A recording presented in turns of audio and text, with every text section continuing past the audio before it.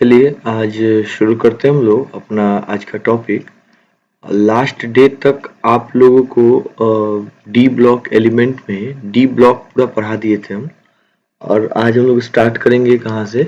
F block element से।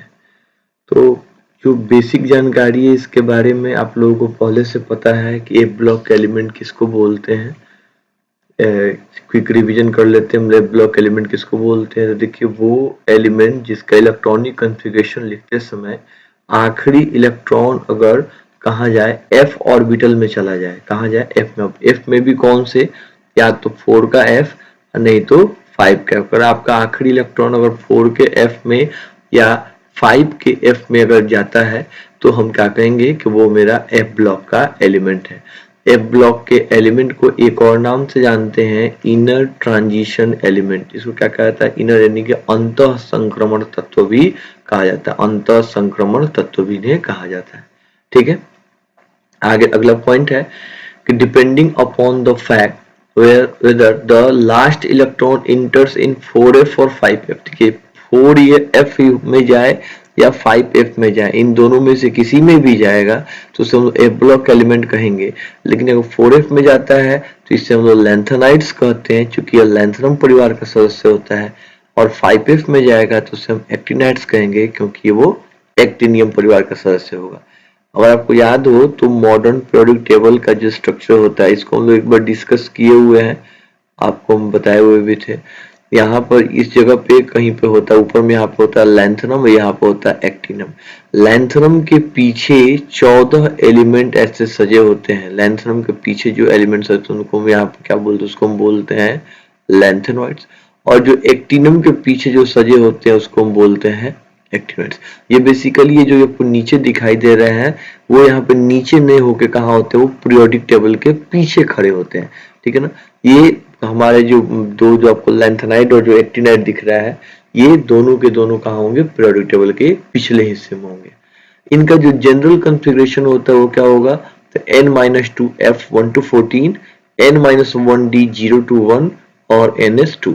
कहीं कहीं आपको यही वाली जो कॉन्फ़िगरेशन लिखा हुआ है, यही कॉन्फ़िगरेशन आपको कुछ इस फॉर्म में भी देखने को मिल सकता है। दोनों में कोई अंतर नहीं है, ऐसे लिखा हो n-2 f1 to 14, n-1 का आपको s लिखा हो 2, फिर n-1 का आपको p लिखा हो 6, और फिर n-1 का d लिखा हो 0 to 1 और फिर ns2। तो टेंशन नहीं लीजिएगा, ये कॉन्फ़िगरेशन और ये दोनों क्या है? लगभग सेम है, इसमें कोई अंतर नहीं है। ये वाला ज्यादा मोस्ट कॉमन है, ज्यादातर जगह पे यही वाला ऊपर वाला ही इस्तेमाल होता है, तो आप ऊपर वाला ही ध्यान में रख के चलेंगे। ठीक है ना? तो यहाँ पर हमको ये पता चला कि एफ ब्लॉक एलिमेंट को दो भागों में बांटा गया है। अगर आखिरी इलेक्ट्रॉन एफ में जाता है तो एफ ब्लॉक एलिमेंट, एफ में जाने के बाद अगर वो 4f में जाता है तो उसे हम लैंथेनाइड्स कहेंगे, अगर वो 5f में जाता है तो उसे हम एक्टिनाइड्स कहेंगे। आगे बढ़ते हैं हम लोग। आगे है, देखिए आप, these elements are divided into 2 series. इन्हें दो भागों में बांटा गया है। कौन कौन? एक 4f सीरीज जिसे लैंथेनाइड्स कहा जाता है, और एक हमारे पास है 5f सीरीज जिसे हम एक्टिनॉइड्स कहते हैं। अब लैंथेनाइड्स किसे कहते हैं? द 14 एलिमेंट, वो 14 एलिमेंट, वो 14 तत्व। देखिए यहाँ पे वह 14 तत्व जो सीरियम 58 से लेके लुटेशियम 71 तक होते हैं। कहाँ? After lanthanum 57। देखिए लैंथेनम जो है वो एफ ब्लॉक एलिमेंट नहीं होता, वो डी ब्लॉक का एलिमेंट होता है। लैंथेनम के बाद 57 के बाद 58 सीरियम से लेकर लुटेशियम 71 तक, इन 58 से 71 क्या कहलाते हैं? यहाँ पे एटॉमिक नंबर 58 से लेकर 71 तक क्या है? लैंथेनाइड्स परिवार के हैं। ठीक है ना? और ये कहा जाते हैं, ये 4f ऑर्बिटल्स में प्रवेश करते हैं। और एक हम 5f सीरीज की बात करें एक्टिनाइड्स की, तो एक्टिनियम के बाद, एक्टिनियम का एटॉमिक नंबर होता है 89। एक्टिनियम जो है वो डी ब्लॉक एलिमेंट है, लेकिन चूंकि एक्टिनियम के पीछे ही इनका परिवार होता है, इसको लोग एक्टिनाइड्स कहते हैं। तो इनका जो एटॉमिक नंबर होता है वो कहाँ से? 89 के बाद, यानी कि 90 से लेकर 103। 90 नंबर पे थोरियम होगा और 103 पे होता है लॉरेंशियम 103। तो इन सब के जो आखिरी इलेक्ट्रॉन होते हैं वो कहा जाते हैं 5f ऑर्बिटल में जानते हैं, इसलिए इन्हें हम क्या कहते हैं? इन्हें हम कहेंगे क्या कि ये 5f सीरीज के, इन्हें एक्टिनाइड्स भी कहा जाता है। कुछ एक दो बात और जाननी थी आपको, जैसे कि जो आपके ये वाले एलिमेंट्स हैं, जो लैंथेनाइड्स के जो एलिमेंट है इन्हें रेयर अर्थ एलिमेंट कहा जाता है। इसे हम क्या कहते हैं? इसे हम लोग रेयर अर्थ एलिमेंट कहा जाता है। ठीक है ना। ये रेयर अर्थ एलिमेंट इसलिए कहा जाता है क्योंकि अर्थ क्रस्ट पे ये काफी मुश्किल से भी पाए जाते हैं। अब यह ज्यादातर यह नहीं पाए जाते। एटमॉस्फेरिक क्लाइमेटिक कंडीशन चेंज होने के कारण अब ये अधिकतर ये अर्थ पर नहीं पाए जाते, जिसे रेयर अर्थ एलिमेंट कहा जाता है। किसे? लैंथेनम को। और एक्टिनम की बात करें तो एक्टिनम के पूरे सीरीज में शुरू के जो तीन एलिमेंट्स हैं उनको छांट दिया जाए तो उसके बाद के यानी कि यूरेनियम के बाद के, ये 90 से स्टार्ट है तो 90, 91 और 92, ये 90, 91 और 92 ये तीनों जो है वो नेचुरल पाए जाते हैं। लेकिन 92 के बाद जितने भी हैं उन्हें मैन मेड एलिमेंट का मतलब हुआ मानव निर्मित, इन्हें लैब में बनाया जाता है। आप एक्टिनियम सीरीज में जाएंगे जो 90 से लेकर 103 तक फैला हुआ है, उसमें 90, 91 और 92 यानी कि यूरेनियम तक के एलिमेंट जो है वो धरती पर पाए जाते हैं। उसके बाद के जो एलिमेंट हैं उन्हें मानव निर्मित एलिमेंट या ट्रांस यूरेनिक एलिमेंट कहा जाता है। ट्रांस का मतलब के बाद, किसके? यूरेनियम के बाद और ये सभी के सभी क्या होते हैं? मेटल्स होते हैं। पूरा का पूरा एफ ब्लॉक एलिमेंट जो किससे बना हुआ है? वो मेटल से बना हुआ है। ध्यान रखिएगा, अभी आज जो भी हम लोग पढ़ेंगे मेनली पढ़ाई किसकी होगी? लैंथेनाइड्स की होगी। लैंथेनम के ही बारे में ज्यादा पढ़ना हम लोगों को। एक्टिनम के अधिकांश के जो एलिमेंट्स हैं वो क्या है? रेडियो एक्टिव है। तो सारी प्रॉपर्टी होने के बाद भी उनमें बस एक लाइन लिख दिया जाता है कि देखिए ये रेडियो एक्टिव एलिमेंट है, ये इनके बारे में कुछ भी स्पष्ट कहना मुश्किल है। इसके बारे में हम लोग कुछ भी एकदम एक स्वर से नहीं कह सकते। ठीक है, तो यहाँ पे कुछ समस्याएं हैं एक्टिनाइड्स को लेके। फिर भी एक्टिनाइड्स को थोड़ा बहुत हम लोग देखेंगे, ज्यादा इसके बारे में हम लोगों को नहीं पढ़ना है। आगे देखते हैं। अब हम लोग को पढ़ना किसके बारे में? लैंथेनाइड्स का। अब एक ब्लॉक एलिमेंट को दो हिस्सों में बांट दिया गया था, एक लैंथेनाइड और एक्टिनाइड। अब इसमें हम लोग पहले लैंथेनाइड्स को पढ़ेंगे, उसके बाद तब किसको पढ़ेंगे? हम लोग एक्टिनाइड्स को पढ़ेंगे। आइए लैंथेनाइड्स को देखा जाए तो पहले आते हैं इसके इलेक्ट्रॉनिक कॉन्फ़िगरेशन पे। तो इसका जो जनरल इलेक्ट्रॉनिक कॉन्फ़िगरेशन है किसका? लैंथेनाइड्स का। आपको थोड़ी देर पहले बताए थे कि अगर 4kF में जाएगा तो लैंथेनाइड्स और 5kF में जाएगा तो एक्टिनाइड्स। तो अगर इनका जनरल कॉन्फ़िगरेशन क्या होता है? 4F1 to 14, 5S2, 5P6, 5D0 to 1, 6S2, ये सब तो लगभग सेम होते हैं, बस चेंज क्या होता है? 4kF में ही चेंज पाया जाता है। ठीक है, तो इसका इलेक्ट्रॉनिक कॉन्फ़िगरेशन हो गया। अगले वाले स्लाइड पे पूरा लंबा चौड़ा इलेक्ट्रॉनिक कॉन्फ़िगरेशन है, इसको हम इस पे चर्चा करेंगे। पहले इसमें देख लेते हैं। फिर है एटॉमिक साइज और आयनिक रेडियस के बारे में। आपको शायद ध्यान होगा कि जैसे जैसे हम लोग किसी ग्रुप में आगे की तरफ बढ़ते हैं, किसी एक पीरियड में आगे की तरफ बढ़ते हैं, जैसे जैसे नंबर ऑफ प्रोटॉन्स बढ़ते हैं वैसे वैसे साइज क्या होता है? छोटा होता है। लेकिन एफ ब्लॉक एलिमेंट्स में स्पष्ट कुछ कह पाना बड़ा ही मुश्किल है कि आप डायरेक्ट नहीं कह पाएंगे कि कब साइज बड़ा होगा कब साइज छोटा होगा। शायद आपको याद हो कि एक बार डिस्कशन के क्रम में हम आपको बताए थे कि 4kF, ठीक है ना, 5kD और 6 का S, ये जो तीनों ऑर्बिटल्स हैं, इन तीनों की जो एनर्जी है वो लगभग बराबर होती है। 11th क्लास में हम लोग पढ़े हैं, या हो सकता है कि 12th क्लास में जो मॉडर्न फिजिक्स आप लोग पढ़ रहे हैं उसमें आपको ध्यान होगा कि जो n=1 होता है वो बहुत नीचे होता है। n=2 और n=1 के बीच का गैप क्या होता है? काफी ज्यादा होता है। लेकिन जैसे जैसे हम ऊपर बढ़ने जाते हैं ये गैप क्या होता है? कम होने लगता है। यानी कि ऊपर बढ़ने पर दो सेल्स के बीच की दूरी क्या होगी? कम होगी। तो ये इलेक्ट्रॉन जो है 4kF में है, उनकी एनर्जी जो 5kD से ज्यादा अलग नहीं होगी, उसकी एनर्जी 6k से ज्यादा एनर्जी अलग नहीं होगी। यानी कि सारे इलेक्ट्रॉन एक दूसरे में ऐसे जंप करते रहते हैं, एक दूसरे के अंदर से माइग्रेशन होते रहता है। तो एफ ब्लॉक के एलिमेंट में स्पष्ट ये बता पाना कि इसका रेडियस क्या होगा ये थोड़ा सा कॉम्प्लिकेटेड है, क्योंकि रेडियस सब तब बताते हैं जब आप आउटर सेल से न्यूक्लियस के बीच की दूरी नापते हैं। अब मान लेते हैं कि इलेक्ट्रॉन कभी यहाँ पे है, कभी इलेक्ट्रॉन यहाँ पे है, कभी इलेक्ट्रॉन यहाँ पे। जब इलेक्ट्रॉन एग्जैक्ट एक जगह पर नहीं पड़ा रह रहा है, हर बार इलेक्ट्रॉन की शफलिंग हो रही है, तो आप स्पष्ट नहीं बता पाएंगे कि रेडियस का ट्रेंड क्या है। ऊपर आगे मतलब जैसे एटॉमिक नंबर के बढ़ने के साथ साथ रेडियस बढ़ेगा कि घटेगा, ये बताना बड़ा ही मुश्किल होता है। लेकिन फिर भी अगर हम लोग को एटॉमिक रेडियस नहीं, अगर आयनिक रेडियस की अगर हम बात करें, और आयनिक रेडियस में भी कौन, तो M3+ का ध्यान रखिएगा। लैंथेनाइड्स जो है वो 3+ वाले ऑक्सीडेशन स्टेट बड़े ही आसानी से शो करते हैं। आगे इसके बारे में चर्चा भी होगी ऑक्सीडेशन स्टेट के बारे में। दरअसल होता क्या है कि जगह 6 का S का जो 2 इलेक्ट्रॉन है, ये दोनों इलेक्ट्रॉन वो रिलीज कर देते हैं। जो 5 के D में जो यहाँ पर कुछ जगह 0 to 1 इसको भी रिलीज कर देते हैं। जब इन दोनों को रिलीज कर दें तो दो इधर का एक इधर का, यानी कि +3, यानी कि डी जो F ब्लॉक एलिमेंट है वो +3 ऑक्सीडेशन स्टेट क्या होता है, आराम से शो करते हैं। अब बच जाएगा किसमें, 4 के F में इलेक्ट्रॉन 1 है, 2 है, 3 है, 4 है, 5 है, 6 है। तो यहाँ पर यानी कि नॉर्मल हम एटम की बात करें तो एटम का त्रिज्या जो रेडियस है, यानी कि जो परमाणु त्रिज्या है, उसमें आपको कोई एक बहुत अच्छा सा ट्रेंड दिखाई नहीं देगा कि कब बढ़ रहा है कब घट रहा है। लेकिन अगर यही एटॉमिक रेडियस की जगह पर अगर हम आयनिक रेडियस की बात करें, तब यहाँ पे आपको एक स्पष्ट आपको घटना दिखेगा। आइए इसको हिंदी में पढ़ देते हैं, समझ लीजिएगा। लैंथनम से लुटेशियम, ये लुटेशियम लिखा हुआ सुधार लीजिएगा, लैंथनम से लुटेशियम तक परमाणु और आयनिक त्रिज्या में कमी नियमित नहीं है, यानी निश्चित नहीं है वो कब बढ़ेगा कब घटेगा, नहीं है। लेकिन M3+ आयनों के आकार में एक निश्चितता है, मतलब एक ट्रेंड है, एक पैटर्न है। M3 आयन के आकार में नियमित रूप से कमी का श्रेय उस सेल के 4f वाले सबशेल में इलेक्ट्रॉन का अपूर्ण परिरक्षण, यानी कि एक पुअर शील्डिंग इफेक्ट को दिया जाता है। बेसिकली ये कॉन्ट्रैक्शन की कहानी है, जिसके बारे में आगे हम लोग चर्चा भी करेंगे, कॉन्ट्रैक्शन क्या होता है, ठीक है ना। लेकिन अगर आपको एक रफ आपको आइडिया लगाना हो तो हम लोग इसको ऐसे समझा सकते हैं, एक को हम समझा देते हैं।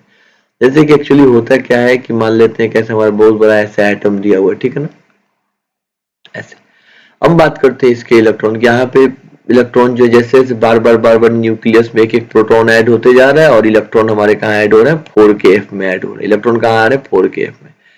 तो शायद आपको पता हो कि S जो है बड़े अच्छे से शील्डिंग करता है। S का आकार छोटा होता है, वो न्यूक्लियस से काफी नजदीक होता है, इसलिए S के इलेक्ट्रॉन जो न्यूक्लियस को अच्छे से घेर के रखते हैं। ये कहानी आपको बिल्कुल समझ में तब नहीं आएगी जब आपने पी ब्लॉक का क्लास नहीं किया होगा, या शील्डिंग इफेक्ट के बारे में आपको नहीं पता होगा, तो इतने जल्दी में आपको समझ में नहीं आएगा। इसके लिए आपको क्लास के बाहर हमसे कभी आप मिलिए, आपको शील्डिंग इफेक्ट दोबारा समझाएंगे। क्या बताया था आपको कि इसका आकार छोटा होता है। जैसे कि आपको ये थोड़ी सी कहानी बताते हैं। जैसे कोई आदमी है, इसको घेरना है, तो मान लेते हैं आपके पास 4 लोग हैं, तो 4 लोग अच्छे से कब घेर पाएंगे, जब उसके काफी नजदीक होंगे। यही 4 लोग काफी दूरी से घेरने जाए तो ये जो घेरना है ये प्रॉपर शील्डिंग नहीं है, और इस आदमी को अच्छे से नहीं घेर पाया। जितने नजदीक से आप घेरने जाइएगा उतने ही प्रॉपर तरीके से घेर पाइएगा। यानी कि साइज छोटा होने पर आप अच्छे से घेर पाते हैं, यानी कि आपका शील्डिंग प्रॉपर होता है। और जब आप न्यूक्लियस अच्छे से घेरा लग जाएगा, जब न्यूक्लियस को अच्छे से घेर लिया जाएगा, तब इस न्यूक्लियस का इफेक्ट अपने बाहर रखे इलेक्ट्रॉन पे क्या होता है, कमजोर हो जाता है। यानी हम कह सकते हैं कि जैसे जैसे आपकी शील्डिंग जो है, जैसे आपकी शील्डिंग मतलब परिरक्षण, मतलब उसको घेरने की, अगर आपका परिरक्षण बढ़ेगा तो न्यूक्लियस का जो प्रभाव है वो क्या होगा, कम होने लगेगा। तो S का जो साइज है बहुत छोटा होता है, S से बड़ा होता है किसका, P का साइज, P से बड़ा होता है D का, और D से बड़ा होता है F का। किसकी बात कर रहे हैं हम लोग, साइज का। तो घेरने की क्षमता जो होगी वो सबसे अधिक होगी S की, उससे कम P की, उससे कम D की, और सबसे कम किसकी होगी, F की। ये हम किसका बात कर रहे हैं, हम बात कर रहे हैं शील्डिंग का। यानी कि S के इलेक्ट्रॉन अच्छे से घेर पाएंगे। लेकिन आपको ध्यान होगा कि जब हम बात F ऑर्बिटल की कर रहे हैं, तो यहाँ पे आने वाले इलेक्ट्रॉन कहाँ भरे जा रहे हैं, F में भरे जा रहे हैं। और जब इलेक्ट्रॉनों को आप F में भरिएगा तो निश्चित रूप से वो अच्छे से नहीं घेर पाएंगे। जब वो अच्छे से नहीं घेर पाएंगे तो आपका न्यूक्लियस दिए, जब न्यूक्लियस और इस बाहर के इलेक्ट्रॉन के बीच में जो इलेक्ट्रॉन भरे जा रहे हैं उनके शील्डिंग प्रॉपर नहीं, वो अच्छे से नहीं घेर पा रहे हैं, जिस कारण ये न्यूक्लियस मजबूत होता जाएगा, और इस न्यूक्लियस का जो पकड़ है अपने आउटर सेल पे क्या होगा, मजबूत होगा। तो हम क्या समझे, हम ये समझे कि देखिए शील्डिंग जैसे जैसे कम होगा, हमारा न्यूक्लियस का जो पावर है वो क्या होगा, मजबूत। न्यूक्लियस के पावर को एक दूसरे टर्म में जेड इफेक्टिव लिखते हैं, 11th में इसके बारे में पढ़ाया गया है। शील्डिंग कम होगा तो जेड इफेक्टिव क्या होगा, ज्यादा होगा। और जब जेड इफेक्टिव ज्यादा होगा तो रेडियस क्या होगा, रेडियस को कम करेगा, इन रेडियस को घटा देगा। यानी हम कह सकते हैं कि एफ में इलेक्ट्रॉन के भरे जाने पर एटॉमिक नंबर बढ़ने के साथ साथ आयनिक रेडियस क्या होगा, धीरे धीरे डिक्रीज करेगा। तो M3 प्लस में ट्रेंड पाया गया है कि जैसे जैसे आप स्टार्ट करेंगे आगे, जैसे जैसे आप आगे बढ़ते जाएंगे तो हर बार आपको पता चलेगा कि मेरा रेडियस क्या हो रहा है, ग्रेजुअली डिक्रीज कर रहा है। यही बात यहाँ पे लिखी गई है। क्या लिखा गया है कि 4f के सब शेल में जो इलेक्ट्रॉन है वो दूसरे इलेक्ट्रॉन को अपूर्ण परिरक्षण, अपूर्ण परिरक्षण का मतलब हुआ एक पुअर शील्डिंग इफेक्ट किया जाता है। पुअर शील्डिंग इफेक्ट के कारण ये क्या करता है, लैंथेनाइड्स के आकार में नियमित कमी होने लगती है, एक निश्चित पैटर्न पे क्या होता है, डिक्रीज होने लगता है, ठीक है ना। और इसे लैंथेनम कॉन्ट्रैक्शन के रूप में भी जाना जाता है। ये हमारा था एटॉमिक और आयनिक रेडियस के बारे में। एटॉमिक रेडियस के बारे में आप कुछ भी स्पष्ट कमेंट नहीं कर पाएंगे कि कब बढ़ेगा कब घटेगा, लेकिन जब हम बात करते हैं आयनिक रेडियस की, यानी जब हम बात करते हैं M3 प्लस की, तब अच्छे से बता पाएंगे कि जैसे जैसे एटॉमिक नंबर इंक्रीज करेगा वैसे वैसे इसका आयनिक रेडियस क्या होगा, डिक्रीज कर रहा होगा। ठीक है, फिर आगे बढ़ते हैं। यहाँ पे आपको इसे याद करना होगा। देखिए, इसको याद करने के अलावा कोई उपाय नहीं है। एक दो बातें आपके लिए हल्का सा हिंट्स की तरह हम लोग ऐसे ले सकते हैं कि देखिए, इसमें दो कॉन्फ़िगरेशन आपको कहीं दिखाई नहीं देगा, ना तो इसमें कहीं आपको इसमें जगह है यहाँ पे ना तो आपको इसमें एक सेकंड, ये कहीं थोड़ा सा गड़बड़ दिख रहा है। हाँ,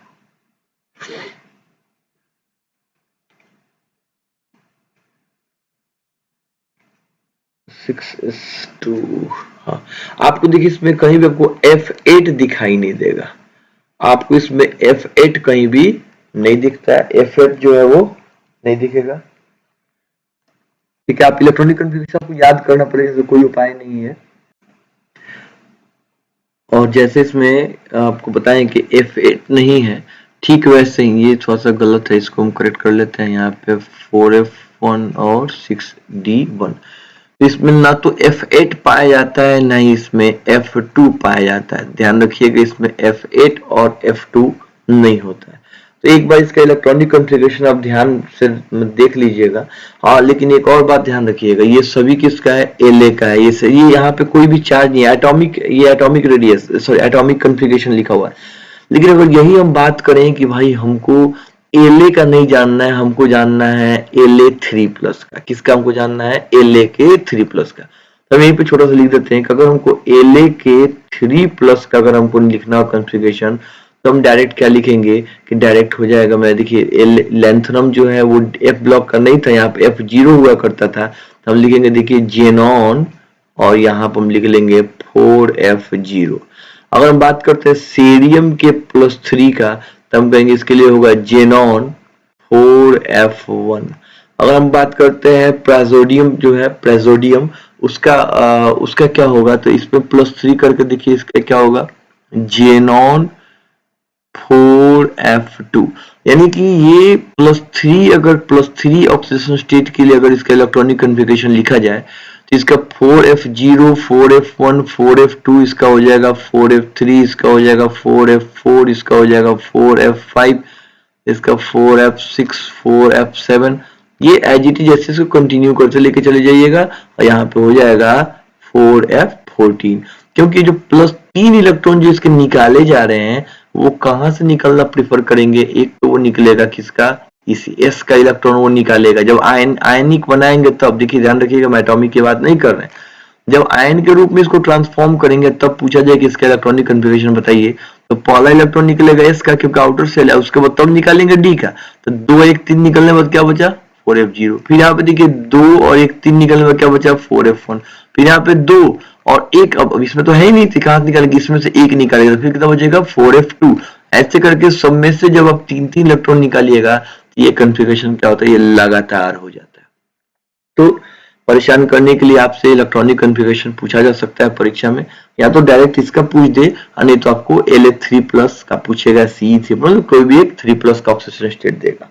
इस बात का ध्यान रखिएगा, थोड़ा सा ये क्वेश्चन ऐसे आ सकता है। आगे बढ़ते हैं, याद करना होगा आपको इसको। आगे दिया हुआ अगला टॉपिक जो हमारा वो है ऑक्सीडेशन नंबर। पहले इसके बारे में जानते हैं ऑक्सीडेशन नंबर क्या होता है। देखिए, इसका मोस्ट कॉमन ऑक्सीडेशन नंबर क्या होता है, +3 होता है, ठीक है ना। वो कब दिखाते हैं, वो +3 कब शो करते हैं, जब 6 के s में से 2 इलेक्ट्रॉन और 1 इलेक्ट्रॉन 5 के d से रिमूव कर दिया जाए तो क्या दिखाएंगे, +3 दिखाएंगे। ये पीछे वाले स्लाइड में भी हम लोग देखे हैं कि +3 कैसे दिखाता है, इसमें से 2 और एक उसके जस्ट बाद वाले में से, तो इसमें नहीं है तो ठीक है, इसी में से एक निकाल लेते हैं, तो 2 1 3 निकल जाते, क्या बनेगा 4f6 बनेगा। देखिए 4f6 हम लिखे, ये भी देखिए 3 कब दिखाएगा, इधर का 2 इधर का 1 निकाल देंगे, क्या बन जाएगा +3 बनाएगा। तो +3 इनके लिए कॉमन इसीलिए होता है क्योंकि 6 के s में 2 होते हैं और d में 1 होंगे, तो इसको निकाल के या सिर्फ फोड़ के f वाले के बल पे चले जाते हैं, इसलिए +3 इनका ज्यादा स्टेबल माना जाता है। यहाँ पे लेकिन देखिए +3 सब दिखाते हैं, लेकिन कुछ ऐसे भी हैं जो क्या दिखाते हैं, +2 और +4 दिखाते हैं। जैसे कि +2 और +4 में जो ज्यादातर जो ज्यादा कॉमन है वो हमारे कौन कौन से, एक है सेरियम और सेरियम है, और एक हमारे पास है टर्बियम। टर्बियम भी आप देखे होंगे, सेरियम और टर्बियम, ये जो दोनों हैं ये आपको +4 ऑक्सीडेशन स्टेट शो करते हैं। ठीक है, कुछ ऐसे भी एलिमेंट हैं जैसे कि एट्रियम है, yttrium Y double T R, Y double T E R, Y double T E R, इटर अरे यार, Y double T E R P I U M, ytterbium. Ytterbium की बात अगर हम करें तो ये, और एक और हमारे पास एलिमेंट है यूरोपियम, यूरोपियम, स्पेलिंग वो देख लीजिएगा, यूरोपियम। ये दोनों जो है वो +2 शो करते हैं। देखिए +3 तो करेंगे ही करेंगे, लेकिन ये +4 शो कर सकते हैं और ये क्या करते हैं, +2 शो करता है। कारण क्या है, क्यों ऐसा करते हैं, तो आपको तो पता है कि ऑक्सीडेशन स्टेट क्यों शो कराया जाता है। देखिए कुछ ऐसे एलिमेंट हैं जो +2 और +4 शो करते हैं, +2 +4 क्यों करते हैं, क्योंकि मुख्य रूप से इनमें या तो खाली ऑर्बिटल्स होंगे, या आधा भरा हुआ स्टेबिलिटी आ जाएगा, या पूरा भरा हुआ स्टेबिलिटी आ जाएगा। तो खुद को स्टेबल करने के लिए ये नजदीकी वाले ऑक्सीडेशन स्टेट में चले जाते हैं, और इसी क्रम में +3 तो दिखाते ही थे, कुछ +4 और कुछ +2 भी दिखाते हैं। अब यहाँ पे क्वेश्चन ऐसे आ सकता है, जैसे पूछ दे कि बताइए सेरियम जो है, जो हमारा सेरियम +3 है, यह किस तरह से बिहेवियर शो कर सकता है। ये ऑक्सीडाइजिंग एजेंट की तरह काम कर सकता है, या यह एक रिड्यूसिंग एजेंट की तरह काम कर सकता है। ये बड़ा ही आसान क्वेश्चन है, ज्यादा टफ नहीं है, पिछले जानकारी से आप इसको आराम से बता सकते हैं। जैसे सोच के देखिए कि सेरियम +3 में तो रहता है, क्योंकि ये लैंथेनाइड्स है, लैंथेनम ग्रुप का एफ ब्लॉक का सीरीज का है, तो इसलिए यह +3 तो दिखाएगा ही दिखाएगा। अब बताइए कि +3 के अलावा ये किस में जा सकता है, ये जा सकता है +4 में, सेरियम +4 में रह सकता है, यानी सेरियम खुद का ऑक्सीडेशन कर सकता है। तो जब सेरियम खुद का ऑक्सीडेशन करेगा तो दूसरों के लिए कैसा बिहेवियर शो करेगा, वो रिड्यूसिंग एजेंट की का काम कर रहा होगा, क्योंकि जो दूसरों को रिड्यूस करते हैं उन्हीं का ऑक्सीडेशन होता है। सिमिलरली क्वेश्चन पूछा जा सकता है कि बताइए जो यूरोपियम है, यूरोपियम पे चार्ज दिया हुआ है +3, और पूछा जाए कि बताइए ये किस तरह का एलिमेंट हो सकता है, ये किस तरह का काम कर सकता है, ये ऑक्सीडाइजिंग एजेंट का काम कर सकता है कि रिड्यूसिंग एजेंट का काम कर सकता है। हम कहेंगे देखिए यूरोपियम पे +3 तो है, लेकिन ये कैसा शो कर सकता है, +2 भी शो कर सकता है। अब +2 होने के लिए यूरोपियम खुद को रिड्यूस करेगा, और जब ये खुद को रिड्यूस करेगा तो ये act as a oxidising agent. ये कैसा काम कर रहा होगा, ऑक्सीडाइजिंग एजेंट का काम कर रहा होगा। तो इस तरह से ऑक्सीडेशन ऑक्सीडेशन स्टेट पे थोड़ा बहुत हम कमेंट कर सकते हैं, हम लोग आराम से बता सकते हैं थोड़ी बहुत बातें कि ऑक्सीडेशन स्टेट का क्या फंडा है। तो ध्यान रखिएगा मोस्ट कॉमन ऑक्सीडेशन स्टेट कितना होता है, इसका +3 होता है, और कुछ एलिमेंट जैसे कि सेरियम है, टर्बियम है, +4 दिखाते हैं, और एटर्बियम और यूरोपियम हमारे +2 दिखाते हैं। इस आधार पे आप ऑक्सीडाइजिंग और रिड्यूसिंग एजेंट के बारे में भी थोड़ा बहुत बता सकते हैं। ठीक है, एक और बात हम लोग को और थोड़ा सा ध्यान से रखना था, याद रखिएगा इसको। वैसे हो सकता है कि आपसे पूछे, ब्लैंक स्लाइड पे हम ये लिख देते हैं, आप इसको याद रखिएगा कि basic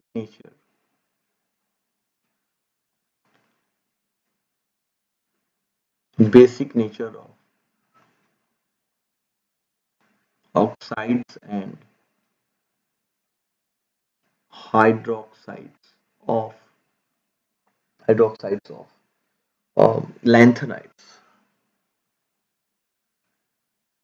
lanthanoids decreases from left to right. अच्छा, ये बहुत बड़ी बात नहीं है। देखिए, आपको ध्यान होगा ये क्या कहने का मतलब क्या हुआ। देखिए, जैसे जैसे हम आगे की तरफ बढ़ते हैं, हालांकि ये बात अलग है कि एफ ब्लॉक तो आगे की तरफ वैसे पीरियड में तो आगे बढ़ नहीं रहा है, सेम पीरियड में एलिमेंट है, फिर भी जैसे जैसे हम आगे बढ़ते हैं क्या बढ़ता है, प्रोटॉन की संख्या बढ़ती है। प्रोटॉन की संख्या बढ़ेगी, जब प्रोटॉन की संख्या बढ़ेगी और इलेक्ट्रॉन तो ऐड हो रहे हैं एफ में, तो हमारा क्या होगा, जेड इफेक्टिव बढ़ेगा। और जब जेड इफेक्टिव बढ़ेगा तो आउटर इलेक्ट्रॉन जो होंगे, जो बाह्यतम कक्ष के जो इलेक्ट्रॉन होंगे, आउटर इलेक्ट्रॉन पे पकड़ मजबूत होगा। जब पकड़ मजबूत होगा तो इलेक्ट्रॉन नहीं निकल पाएंगे। इलेक्ट्रॉन जो है वो नहीं निकल पाएंगे। जब इलेक्ट्रॉन नहीं निकलेगा तो हम क्या कहेंगे कि वो अच्छा मेटल नहीं है, अच्छा मेटल नहीं है। फिर से एक बार और ध्यान से इसको शुरू से देख लीजिए। जब जैसे जैसे हम लोग आगे बढ़ेंगे, एटॉमिक नंबर के बढ़ने के साथ साथ जैसे आगे बढ़ेंगे, प्रोटॉन की संख्या बढ़ेगी, जेड इफेक्टिव बढ़ेगा, आउटर इलेक्ट्रॉन पे न्यूक्लियस का पकड़ बढ़ेगा। जब न्यूक्लियस मजबूत होने लगेगा तो इलेक्ट्रॉन जल्दी नहीं निकल पाएंगे, जब नहीं निकलेंगे तो अच्छा मेटल नहीं होगा। बस ये बात ध्यान रखिएगा कि जैसे जैसे आप लेफ्ट टू राइट की तरफ बढ़ते हैं तो लेफ्ट टू राइट में वो अच्छा मेटल नहीं होगा। और 10वीं क्लास में हम लोग पढ़े थे कि मेटल के जो ऑक्साइड्स होते हैं या जो मेटल के जो हाइड्रो ऑक्साइड्स होते हैं वो क्या होते हैं, बेसिक होते हैं। अब जितना अच्छा मेटल उतने अच्छे उसके बेसिक हाइड्रोक्साइड्स। अब बात करते हैं आगे। हम बात कर रहे हैं कहां से, लैंथनम के हाइड्रो ऑक्साइड से, और कहां तक हम चलेंगे, लुटेशियम के हाइड्रो ऑक्साइड पे। सब पे +3 है, इसलिए सब में हम OH3 मान के चल रहे हैं। अब लैंथनम से कमजोर मेटल होगा कौन सा, सेरियम। सेरियम से कमजोर होगा उसका आगे वाला, उससे कमजोर होगा उससे आगे वाला, करते करते वो कहां जाएंगे, लाइट में लुटेशियम तक जाएंगे। तो ध्यान रखिएगा कि जैसे जैसे मेटालिक बिहेवियर कमजोर होगा वैसे वैसे इसकी बेसिक प्रॉपर्टी भी क्या होगी, कमजोर होगी। तो ये ट्रेंड एकदम कंटिन्यूअसली फॉलो होता है। जैसे जैसे आप एफ ब्लॉक में आगे बढ़ते हैं वैसे वैसे आपकी बेसिक प्रॉपर्टी क्या होती है, डिक्रीज होती है, क्योंकि मेटालिक नेचर भी क्या होता है, कमजोर पड़ने लगता है। बस यही बातें थी, दूसरी कुछ है नहीं इसके अंदर। एक दो बात और ध्यान रखिएगा, जैसे अभी लास्ट स्लाइड में आप लोगों ने यहाँ पे पढ़ा है, कुछ बातें बताई गई थी, जैसे कि खाली होने के कारण, या ये जैसे कि आपसे कोई पूछे कि बताइए एट्रियम का +2 क्यों स्टेबल है, कोई आपसे पूछे यूरोपियम के साथ क्या कहानी है, सेरियम +4 क्यों शो करता है, तो ये हम यहाँ पे लिस्टिंग कर देते हैं। आप इसको यहाँ से अपने कॉपी पर लिख लीजिएगा। हालांकि ये क्वेश्चन नहीं आएंगे, लेकिन फिर भी जैसे कोई आपसे पूछे कि सेरियम का जो +4 है वो क्यों स्टेबल है, हम बताएंगे उसको स्टेबल ड्यू टू, मतलब क्यों स्टेबल है, due to inert gas configuration, due to inert gas, अक्रिय गैस विन्यास के कारण। उम्मीद है आप इसका हिंदी लिख लेंगे अपने से। C4+ जो है वो स्टेबल है, क्यों, क्योंकि उनका इनर्ट गैस कॉन्फ़िगरेशन है। आगे बढ़ते हैं, यूरोपियम की बात करते हैं। यूरोपियम +2 ये स्टेबल है, क्यों स्टेबल है, stable due to half filled stability. ठीक है ना, ये क्या होते हैं, अर्धभरित, इनके पास स्थायित्व है, इसलिए क्या होते हैं, स्टेबल होते हैं। सिमिलरली एक और हमारे पास है ट्रिवियम है, ट्रिवियम +2 ये भी स्टेबल होता है। ये स्टेबल क्यों होता है भाई, इसके पास फुल फील्ड स्टेबिलिटी है। क्या ये फुल फील्ड स्टेबिलिटी है। तो ऐसे ही जो 2-3 ऊपर के जो थे जो ज्यादा इंपॉर्टेंट है उनके बारे में लिखवा दिए हैं आपको। सीरियम +4 क्यों शो करता है, क्योंकि वो इनर्ट गैस कॉन्फ़िगरेशन दिखाता है। यूरोपियम +2 क्यों दिखाता है, क्योंकि वो हाफ फील्ड स्टेबिलिटी, अर्धभरित है, उसके पास अस्थायित्व है। और ट्रिवियम जो है वो क्यों दिखाता है, क्योंकि वो फुल फील्ड स्टेबिलिटी है। यहाँ से थोड़ी बहुत मदद दे सकते हैं। बस ये बात ध्यान रखिएगा कि पूरे के पूरे एफ ब्लॉक एलिमेंट्स का जो मोस्ट कॉमन ऑक्सीडेशन स्टेट वो क्या है, +3 है। बस ये बात आपको ध्यान रखना, ये ज्यादा इंपॉर्टेंट है।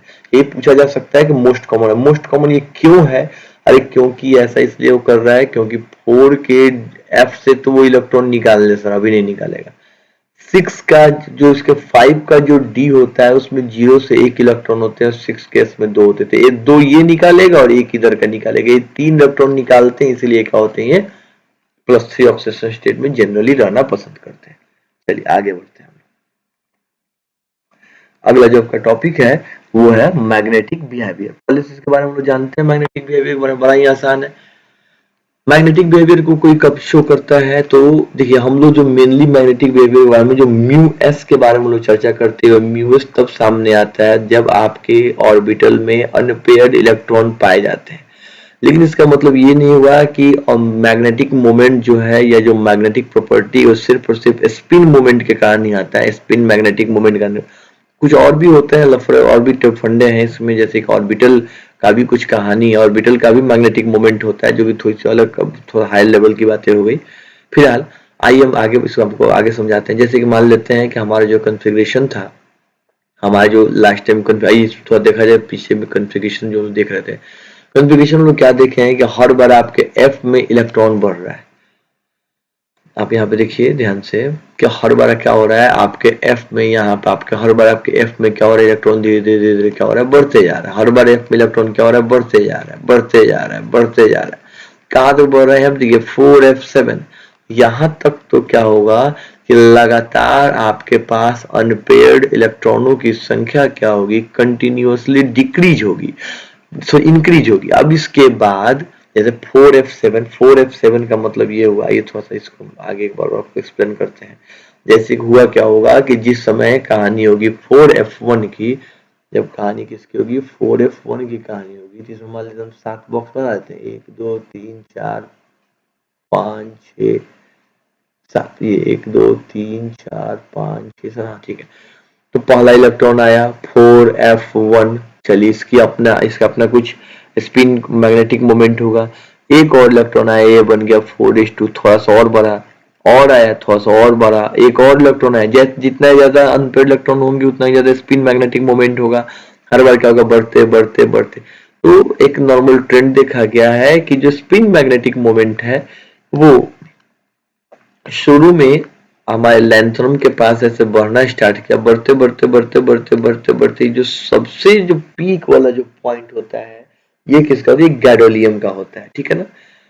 ध्यान रखिएगा, गैडोलियम तक ये जाकर, गैडोलियम तक ये जब तक बढ़ेगा, जीडी गैडोलियम तक ये जाएगा, तो इसका क्या होगा, कंटिन्यूअसली इसका स्पिन मैग्नेटिक मोमेंट क्या होगा, इंक्रीज होते रहेगा। और उसके बाद से पेयरिंग स्टार्ट हो, जब 4f7 तक हो, जब बात करेंगे हम लोग 4f8 की, तो अब इस बार क्या होगा कि इस बार उसके पास 7 इलेक्ट्रॉन, अब धीरे धीरे इलेक्ट्रॉन इसमें से पेयर होना शुरू होंगे। अब इलेक्ट्रॉन क्या होंगे, एक एक करके जब पेयर होंगे तो फिर से इसका मैग्नेटिक मोमेंट क्या होता है, घटना शुरू करता है। तो मैग्नेटिक कैरेक्टर का बड़ा अच्छा कहानी क्या है, ध्यान रखिएगा कि शुरू में से गैडोलियम तक जो स्पिन मैग्नेटिक मोमेंट, ध्यान रखिएगा हम बार बार शब्द पे जोर दे रहे हैं, स्पिन मैग्नेटिक मोमेंट, यानी कि मैग्नेटिक मोमेंट दो तरह के हैं, एक स्पिन मैग्नेटिक मोमेंट है चक्रण चुंबकीय आघूर्ण, और एक है ऑर्बिटल मैग्नेटिक मोमेंट जिसको हम लोग कक्षीय चुंबकीय आघूर्ण बोलते हैं। तो ध्यान रखिएगा कि जो स्पिन मैग्नेटिक मोमेंट है वो लैंथनम से लेके गैडोलियम तक कंटिन्यूअसली क्या होता है, इंक्रीज करता है। ठीक है, इस बात का आप लोग ध्यान रखेंगे कि वो लगाता है। एक न्योडियम है इसमें लेकिन वो भी कैंसरेटिव नहीं, इसलिए उसको स्किप कीजिए, कोई ज्यादा झंझट नहीं है। ऐसे आपको कोई पूछे ध्यान रखिएगा, एक एक्सेप्शन मान के याद रखिए, हम आपको बता रहे हैं इसलिए याद रखिए, इसका कोई कारण आपसे कोई पूछने जा रहा है, और आपसे कोई पूछे कि बताइए लैंथनम, पूरे लैंथनम का मतलब ये हुआ कि सेरियम से लेके और पूरा आपका लास्ट का जो आपका ये है क्या बोलते हैं उसको, सेरियम से लेकर जो 71 है आपका लुटेशियम, वहां तक में सबसे ज्यादा मैग्नेटिक प्रॉपर्टी किसकी होगी, पारामैग्नेटिक गुण, सबसे ज्यादा पारामैग्नेटिक प्रॉपर्टी, सबसे ज्यादा पारामैग्नेटिक प्रॉपर्टी किसका होगा, कोई आपसे पूछे तो आप बताइएगा एनडी का होगा, एनडी नियोडियम का, ठीक है ना। सबसे ज्यादा मैग्नेटिक प्रॉपर्टी इसी की होती है।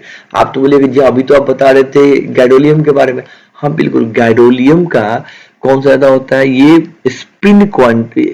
स्पिन मैग्नेटिक मोमेंट ज्यादा होता है, लेकिन नियोडियम की बात कर हम करें तो हम क्या कहेंगे कि इसमें सिर्फ और सिर्फ स्पिन मोमेंट की हम बात नहीं कर रहे हैं, यहाँ पे स्पिन मोमेंट के साथ साथ ऑर्बिटल वाला भी मैग्नेटिक मोमेंट हम जोड़ते हैं, और ये दोनों जोड़ के सबसे ज्यादा किसमें होगा, हिंदी में होगा। बस आपको बस ध्यान रखना, कोई पूछे सबसे ज्यादा पैरामैग्नेटिक नेचर किसके पास है, हम सीधे कहेंगे भाई Nd3+ के पास सबसे अधिक पैरामैग्नेटिक कैरेक्टर है इन लैंथेनॉइड्स।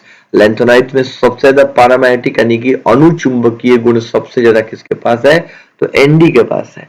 हाँ, अगर इतना ज्यादा एकदम पूरा एकदम तोड़ के कोई पूछ रहा है कि ये बताइए कि स्पिन मैग्नेटिक मोमेंट किसके पास ज्यादा होगा, चक्रण चुंबकीय गुण क्या किसके पास ज्यादा होगा, तो हम कहेंगे गैडोलियम के पास ज्यादा होगा। ठीक है ना, लेकिन वैसे कोई नहीं पूछेगा आपसे, ध्यान रखिएगा। डायरेक्ट कोई पूछिए कि चुंबकीय गुण सबसे अधिक किसके पास है, तो Nd का नाम रखिएगा, और अगर वो चक्रण चुंबकीय गुण की बात करता है तभी Gd का नाम आप बताएंगे। ठीक है, बस इतना ही तक इसमें था, आगे बढ़ते हैं।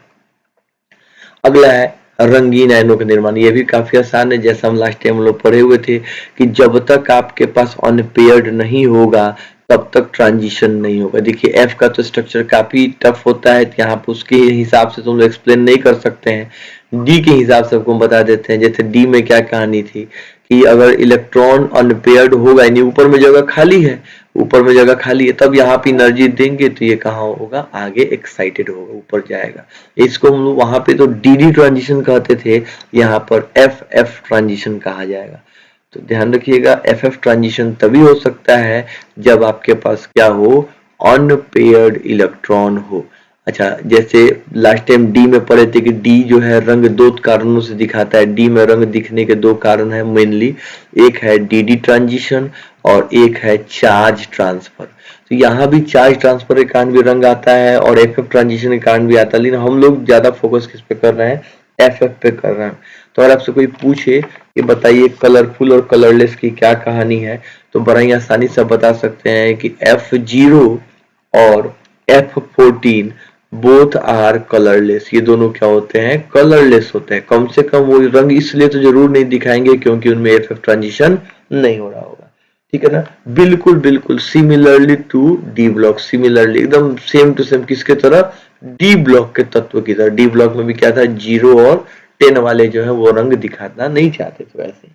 ठीक है ना, एक और बात ध्यान रखिएगा, एक सामान्य ट्रेंड है आपके एनसीईआरटी में तो ऐसा नहीं है, लेकिन फिर भी एक आपको लिख देते हैं, ध्यान रखिएगा इसको। ऐसा पाया गया है कि 4 के एफ के एन और 4f के 14-n, इन दोनों का कलर जो है वो क्या होगा, सेम होगा, बोथ हैविंग सेम कलर।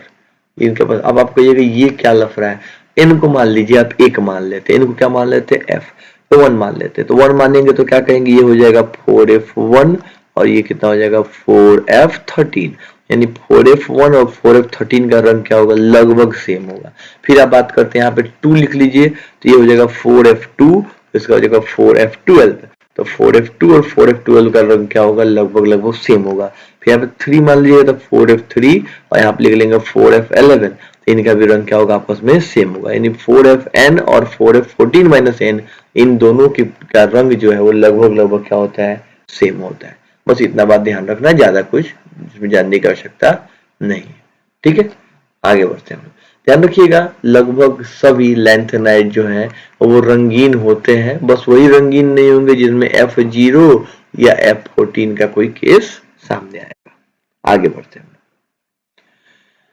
अगला जो है वो है हमारा केमिकल रिएक्टिविटी। ये बड़ा ही आसान है, एनसीईआरटी का ये फिगर है, थोड़ा ज्यादा रंगीन दिख रहा होगा।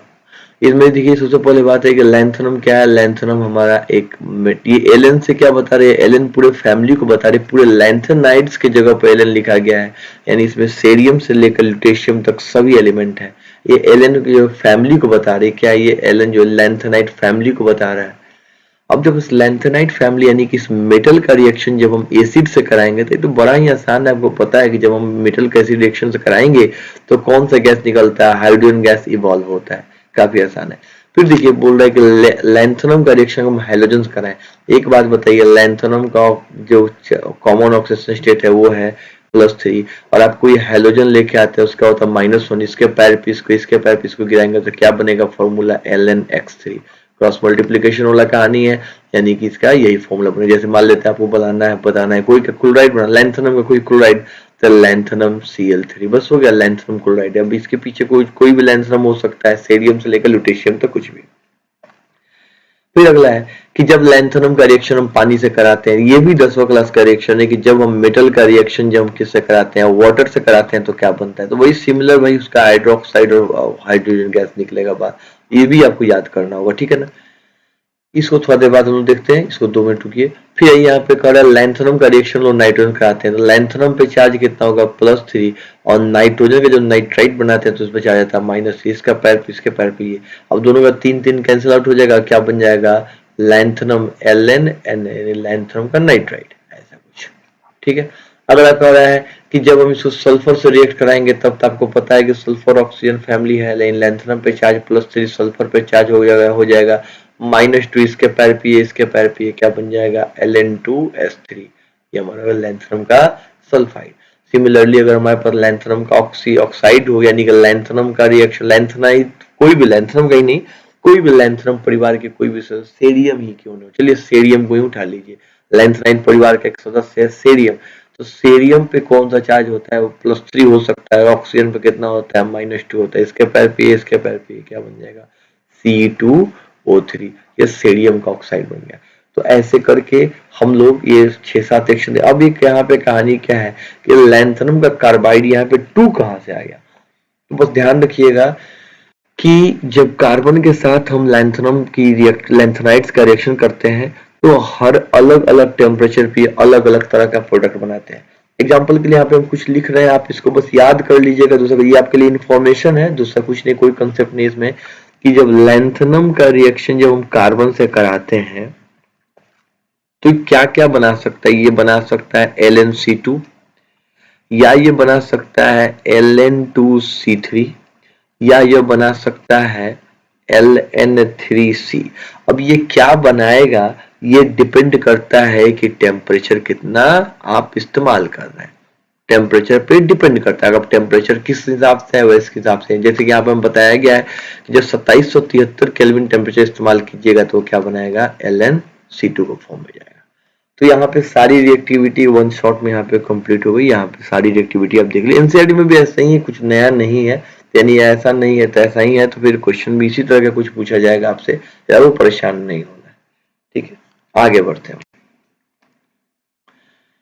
अब इसकी फिजिकल प्रॉपर्टी क्या है, लैंथनाइड्स की फिजिकल प्रॉपर्टी कैसी होती है, तो देखिए लैंथनाइड्स जो है उनका कलर जो है सिल्वरी व्हाइट होता है, सॉफ्ट मेटल्स होते हैं, ये बहुत जल्दी टर्निश हो जाते हैं, हमें एयर के प्रेजेंस में काफी जल्दी रिएक्ट कर लेते हैं, और उनका हार्डनेस जो है वो इंक्रीज करता है कब, जैसे जैसे उनका एटॉमिक नंबर बढ़ता है, जैसे जैसे परमाणु संख्या में वृद्धि होती है वैसे उसकी कठोरता भी क्या होती है, बढ़ती जाती है। इन्फॉर्मेशन था, याद रखना है। Melting point range between 1000 to 1200 kelvin, ध्यान रखिएगा, क्योंकि मेटल है तो ऑब्वियस मेटालिक बॉन्ड बना होगा तो मेल्टिंग पॉइंट बॉइलिंग पॉइंट ज्यादा ही होगा, तो 1000 केल्विन से लेकर 1200 केल्विन तक इनका क्या होता है, मेल्टिंग पॉइंट का रेंज है। एक समैरियम एक मेटल है जो कि 1623 केल्विन पे मेल्ट करता है, ये भी याद रखना है।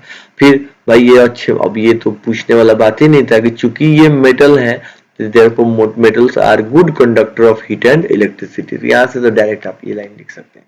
ये फिजिकल प्रॉपर्टी ऑफ लैंथनाइड्स थी। थोड़ा सा और देख लेते हैं तो। अब बात करते हैं वहां पे किसकी, एक्टिनाइड्स की। अभी आपको थोड़ी देर पहले बताया कि सारी कहानी किसके लिए थी, लैंथनाइड्स के लिए थी। आपसे अगर क्वेश्चन भी पूछा जाएगा तो लैंथनाइड्स का ही पूछा जाएगा, एक्टिनाइड्स का क्वेश्चन ना के बराबर आएगा। क्यों, क्योंकि एक्टिनाइड्स के मैक्सिमम एलिमेंट क्या होते हैं, वो रेडियो एक्टिव होते हैं। तो रेडियो एक्टिव क्या क्या होगा, मास धीरे धीरे डीके होते रहते हैं, इनके बारे में कुछ भी स्पष्ट बता पाना पॉसिबल नहीं होता। सबसे पहले इलेक्ट्रॉनिक कॉन्फ़िगरेशन, तो ध्यान रखिएगा शुरू में बताया है कि एफ के को 2 हिस्सों में बांट दिया गया था, एक लैंथेनॉइड्स था और एक एक्टिनॉइड्स था।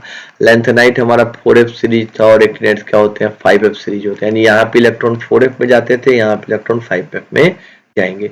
इनका जनरल इलेक्ट्रॉनिक कॉन्फ़िगरेशन यहाँ पे दिया हुआ है, ये रेडॉन के बाद से काउंट किया, तो यहाँ पे आगे रेडॉन लिखने का मतलब हुआ कि इनका इलेक्ट्रॉनिक कॉन्फ़िगरेशन किसके बाद आपको देखना है, रेडियम रेडॉन, इनका कहाँ से देखना हम लोगों को, अरे यार यहाँ पे कन्फर्मेशन रेडियम नहीं हो, रेडॉन होगा, ये रेडॉन ही है, ठीक है, रेडॉन है, रेडियम नहीं होगा, ठीक है। इनका कहाँ से देखना हम लोगों को, रेडॉन के बाद से इसका हम लोग कॉन्फ़िगरेशन देखना है।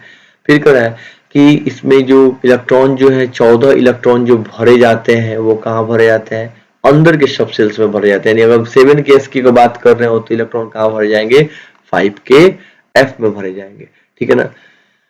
एक्टिनाइड्स में भी जो इलेक्ट्रॉनिक विन्यास, इलेक्ट्रॉनिक कॉन्फ़िगरेशन में काफी ज्यादा इरेगुलरिटी है। जैसे हम लोग एस और पी का पढ़ते आ रहे तो उतना आसान नहीं होता है।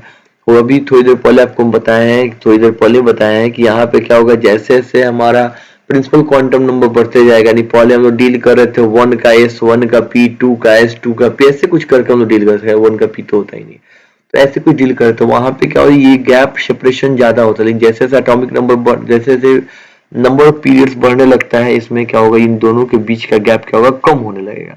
यानी कि इलेक्ट्रॉन इजीली यहाँ से यहाँ जंप कर, जब ऐसी स्थिति जब आ जाएगी कि इलेक्ट्रॉन अपनी जगह पर नहीं रह पाएंगे, उनका वैलेंसी क्या होता है, अनस्टेबल होता है, ठीक है ना। ऐसे इसलिए हो पाता है क्योंकि एक तो इनके जगह, इनके दो सेल्स के बीच में एनर्जी लेवल क्या है, काफी कम है। और दूसरा इसलिए हो पाता है क्योंकि इनके पास, इनमें कुछ में क्या होगा, आधा भरा हुआ स्टेबिलिटी आएगा, कुछ में पूरा भरा हुआ स्टेबिलिटी आएगा, किस में वो इनर्ट गैस का स्टेबिलिटी प्राप्त कर लेंगे। इसलिए इनका भी जो ऑक्सीडेशन स्टेट होगा वो क्या होगा, थोड़ा सा अनस्टेबल टाइप का होगा, वो इरेगुलर नहीं होगा, इरेगुलर होगा। आगे देखते हैं हम लोग। यहाँ पे इसका इलेक्ट्रॉनिक कॉन्फ़िगरेशन लिखा हुआ है। इलेक्ट्रॉनिक कॉन्फ़िगरेशन में ध्यान रखिएगा, थोड़ा बहुत बात आपको ध्यान रखना है कि जैसे कि इसमें इलेक्ट्रॉन कहाँ डाले जा रहे हैं। ये सारे इलेक्ट्रॉन जो है वो 5k में ऐड किए जा रहे हैं, ठीक है ना। ये थोरियम से स्टार्ट किया गया, इसके ऊपर के एक्टिनियम नहीं दिया गया है आपको। ये सब एक्टिनियम के पीछे, इसलिए इसको एक्टिनाइड्स कहा जाता है, ठीक है ना। थोरियम से लेकर लॉरेंशियम तक ये कंटिन्यू यहाँ पे आपको दिया गया है, इस बात का ध्यान रखिएगा। कुछ बातें और हैं जिसमें उनको जाननी है। क्या जाननी है, यूरेनियम 92। यूरेनियम 92 ये थोरियम हमारा 91 है, सॉरी 90 है। प्रोटेक्टियम जो है वो हमारा 91 है, 90। यही तीन ऐसे हैं जो नेचुरल हैं, जो नेचर में एग्जिस्ट करते हैं। उसके बाद की जितने भी आपको दिख रहे हैं ये सब क्या है, मैन मेड। ये क्या आदमी के द्वारा बनाया गया है, इस लैब में सिंथेसिस किया जाता है। इसीलिए इस 92 के बाद के जितने भी एलिमेंट होते हैं इनको हम किस नाम से जानते हैं, इन सबको हम लोग ट्रांस यूरेनिक एलिमेंट के नाम से भी से जाना जाता है। अब ध्यान रखिएगा, ये जो तीन फर्स्ट है TH, PA और U, TH, PA, U काफी इंपॉर्टेंट है। TH, PA और U ये तीनों क्या है, ये नेचुरल एलिमेंट है। क्या है ये नेचुरल एलिमेंट। इसमें ध्यान रखिए, कोई पूछेगा नेचुरल एलिमेंट कौन से हैं, कौन से एक्टिनाइड्स जो है नेचुरल एलिमेंट है, तो थोरियम, प्रोटेक्टियम और यूरेनियम नेचुरल है, और बाकी ऑल आर मैन मेड और ट्रांस यूरेनिक एलिमेंट। यहाँ पे आपको ध्यान रखना होगा इन सभी चीजों का। ये भी काफी आसान है, ज्यादा टफ नहीं है, ध्यान रखिएगा इसको। आगे बढ़ते हैं हम लोग। बहुत ही शॉर्ट है, ज्यादा नहीं है इसमें, इसके बारे में कोई चीजें ज्यादा नहीं, ऐसा कुछ नहीं पढ़ने वाले जिसके बारे में हम लोग बिल्कुल नहीं जानते थे। आइए देखिए इसका मैग्नेटिक बिहेवियर। एक्टिनाइड्स भी अणुचुंबकत्व को प्रदर्शित करते हैं। ये भी क्या होते हैं, ये भी पैरामैग्नेटिक नेचर के होते हैं। ऐसा इसलिए होता है क्योंकि इनके पास भी क्या है, अनपेयर इलेक्ट्रॉन है। और सबसे बड़ी बात क्या है कि इनका जो नेचर है वो लैंथेनाइड के तुलना कंपैरिजन में थोड़ा सा ज्यादा कॉम्प्लेक्स है। ज्यादा कॉम्प्लेक्स इसलिए है, अभी बता रहे हैं फिर से, क्योंकि सारे ऑर्बिटल्स के बीच का जो एनर्जी गैप है वो कम हो चुका है। इलेक्ट्रॉन इजीली एक से दूसरे शेल में जा रहे हैं।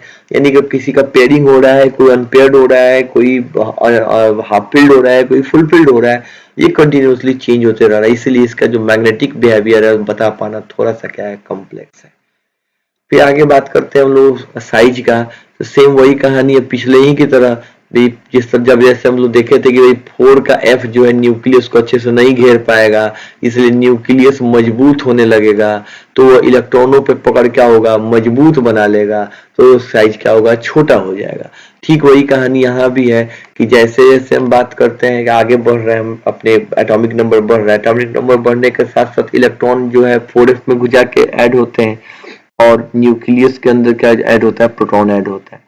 तो प्रोटॉन तो ऐड हो गया, हमारा न्यूक्लियस मजबूत हो गया, लेकिन रिपल्शन की जब बारी आई तो बोला गया कि जाए, तो इलेक्ट्रॉन तो F में आ गया, और F जो है अच्छे से न्यूक्लियस को नहीं घेर पाता है, इसलिए न्यूक्लियस अपने आउटर सेल के इलेक्ट्रॉन पर पकड़, जब मान लेते हैं बीच में घेरने वाले कमजोर हो जाएंगे तो जो मेरा न्यूक्लियस होगा वो अपने आउटर सेल के इलेक्ट्रॉन पकड़ मजबूत बना लेगा और साइज क्या होगा, छोटा हो जाएगा।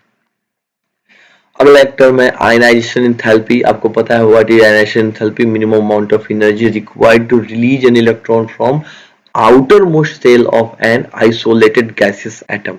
यानी हम कह सकते हैं कि किसी विलगित गैसीय परमाणु के बाह्यतम कक्ष से इलेक्ट्रॉन को बाहर निकालने में दी जाने वाली ऊर्जा की न्यूनतम मात्रा आयनन ऊर्जा कहलाती है, इसे आयनन एंथैल्पी भी कहते हैं।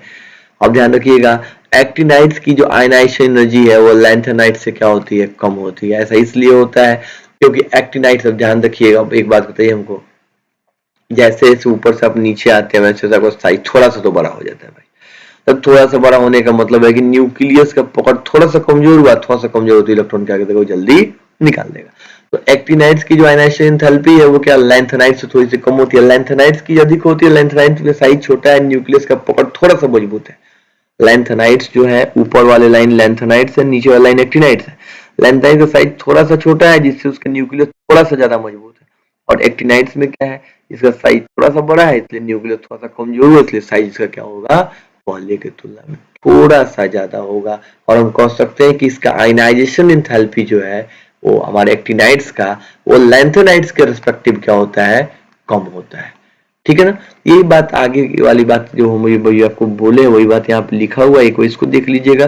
रेफरेंस में आपको एक नोट्स हम भेज चुके थे, कल ही आपको व्हाट्सएप पे डाले हुए थे उसका लिंक, वहां से भी खोल के इसको अच्छे से पढ़ लीजिएगा कि ये लैंथेनाइट कॉन्ट्रैक्शन क्या है, यही सब बातें उसमें बताई गई है।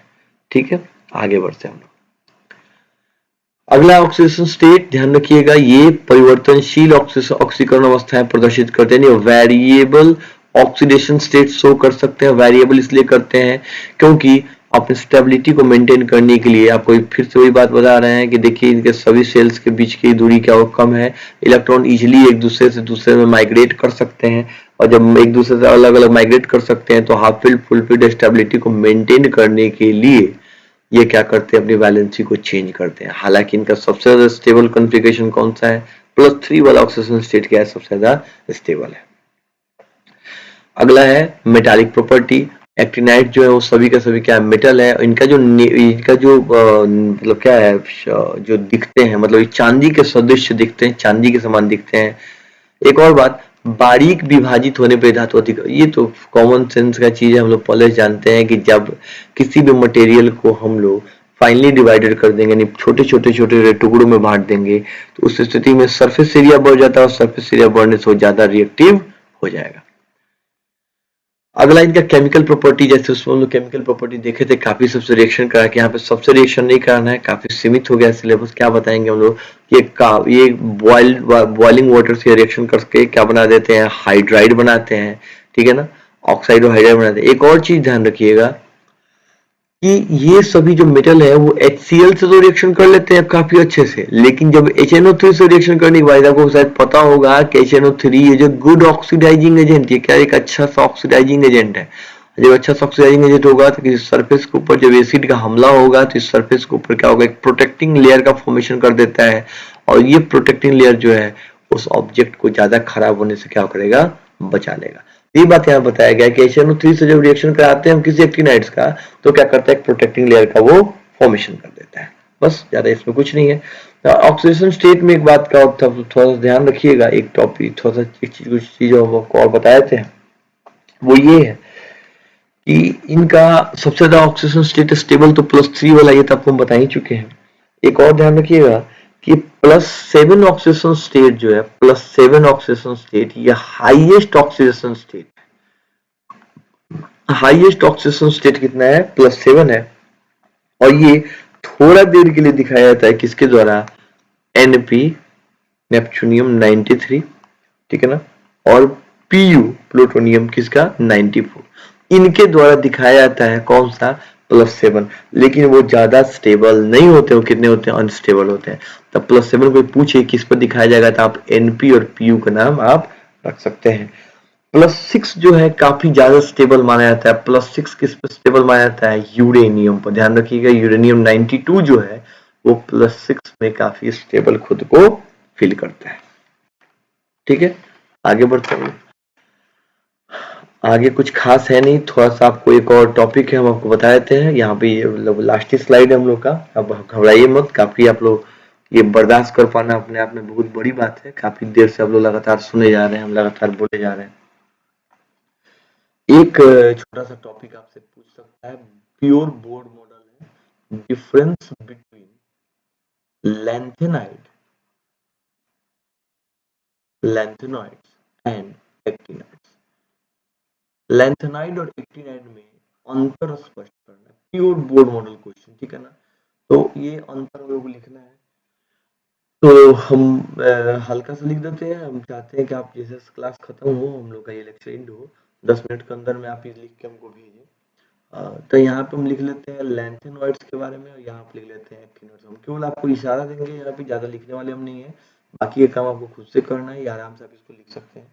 पहला कहेंगे कि लैंथेनॉइड जो है ये बिलोंग्स टू, मतलब ये किससे संबंधित है, ये बिलोंग्स टू किससे है, 4F सीरीज। ये बच्चों वाला बुर्बक बनाने वाला कहानी है। लैंथेनॉइड किससे संबंधित होता है, 4F सीरीज से। और एक्टिनॉइड किससे संबंधित होता है, वो बिलोंग्स टू किससे संबंधित है, वो 5F सीरीज से संबंधित होता है, ठीक है, पहला। दूसरा हम लिख सकते हैं कि भाई इनका जो विस्तार होता है, इनका जो रेंज होता है, वो कहां से होता है, एटॉमिक नंबर 58 टू 71। जानते हैं इसका नाम हम लोग, सेरियम से लेकर लुटेशियम तक, ठीक है ना, सेरियम लुटेशियम तक। और हम इसकी बात करते हैं अगर हम, तो इसका जो है वो कहां से कहां तक इसका फैलाव होता है, ये 90 टू 103 लॉरेंशियम तक इसका क्या होता है, फैलाव होता है, ठीक है ना। ये भी लिख लेंगे, ये का नाम लिख के लिखिएगा, ठीक है ना, नाम लिख के सर ये सेरियम से लॉरेंशियम तक एटॉमिक नंबर 58 टू 71 तक इसका विस्तार होता है, यानी लैंथेनाइड्स के ग्रुप में ये सभी पाए जाते हैं। तीसरा पॉइंट ध्यान रखिएगा, एक पॉइंट ध्यान से, besides the most stable oxidation state +3, they can only show +2 and +4 oxidation state। मतलब ये हिंदी वालों को थोड़ा सा हो सकता है दिक्कत हो, तो ध्यान से सुनिएगा। ये लिखवा तो किसी को नहीं रहे, आप तो ध्यान सुनिए क्या लिखा हुआ है। इसका मतलब हुआ कि अपने अधिकतम अस्थाई ऑक्सीकरण अवस्था +3 के अलावा ये केवल +2 और +4 जैसी ऑक्सीकरण अवस्थाओं का प्रदर्शन कर सकते हैं।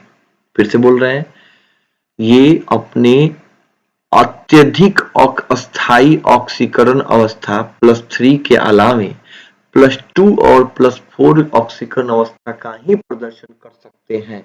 जबकि जबकि यहाँ पे वही कहानी लिखना है आपको, besides the most stable oxidation state +3, they can show, ये क्या क्या दिखा सकते हैं, ये दिखा सकते हैं +4 +5 +6, अरे एक जगह तो +7 भी दिखा था, लेकिन वो ज्यादा स्टेबल नहीं था। तो इतने तरह का ऑक्सीजन स्टेट वो शो कर सकते हैं। 3 पॉइंट्स हो गया, 3 नंबर तो ये हो गया। चौथा पॉइंट क्या है, ये आपको याद रखना इंफॉर्मेशन है, less tendency toward complex formation, मतलब जटिल यौगिक बनाने की प्रवृत्ति नहीं होती है, ठीक है ना, नहीं होती है, ज्यादा नहीं दिखाते, जबकि इसमें वो प्रवृत्ति होती है। ये कैन फॉर्म, ये बनाते हैं कौन सा, कॉम्प्लेक्स आयन। ये कॉम्प्लेक्स फॉर्मेशन अच्छा से करते हैं, जटिल यौगिक वो बनाते हैं, ये अच्छे से बनाते हैं, ठीक है ना। जटिल यौगिक क्या करते हैं, वो बनाते हैं। याद रखिएगा इसको। एक और बात ध्यान रखिएगा, पांचवा में एक इसमें है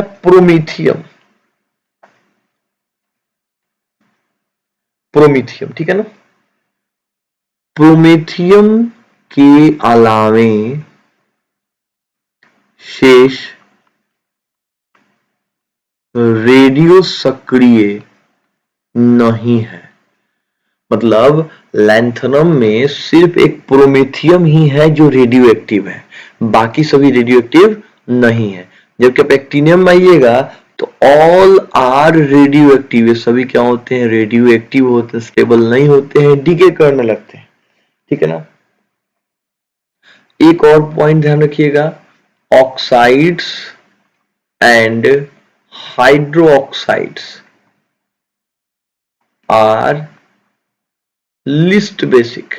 मतलब जो लैंथनम है उसके ऑक्साइड और हाइड्रोक्साइड क्या होते हैं, वो कम क्षारीय होते हैं। और देखिए हमारा लिखावट शायद आपको नहीं समझ में आएगा, आवाज पे ध्यान दीजिएगा कि इसके ऑक्साइड और हाइड्रोक्साइड जो होते हैं क्या होते हैं, कम क्षारीय होते हैं, वो ज्यादा बेसिक नहीं होते हैं।